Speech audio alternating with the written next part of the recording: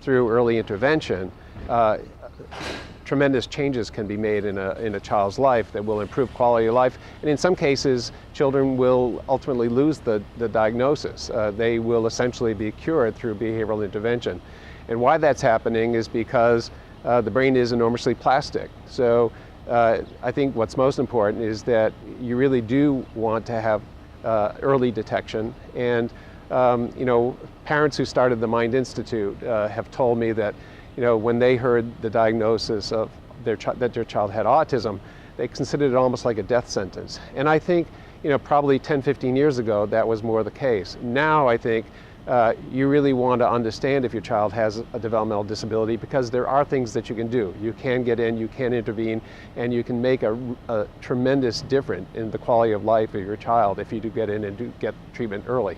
For parents in general, they should become aware of the early red flags for autism. And there are behavioral signs and symptoms that you can see as early as 12 months, but certainly in the age range between 12 and 24 months.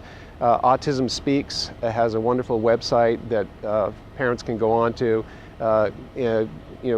download the danger signs and sort of, take a look at your children as they're developing, trying to determine whether there's any of these danger signals. Doesn't necessarily mean that they have autism, because a lot of these danger signals may come and go. But I think parents can be aware of these danger signals and then actually bring them to the attention of their pediatrician. If their pediatrician doesn't listen, and there's still, I think, pediatricians in the United States that are not as educated about the early signs of autism, I wouldn't stop there. I'd actually go to another pediatrician or seek out additional help at an autism center if there's a real concern. Because again, I think the most important thing is that you don't procrastinate and postpone getting a diagnosis if a child really has a disorder.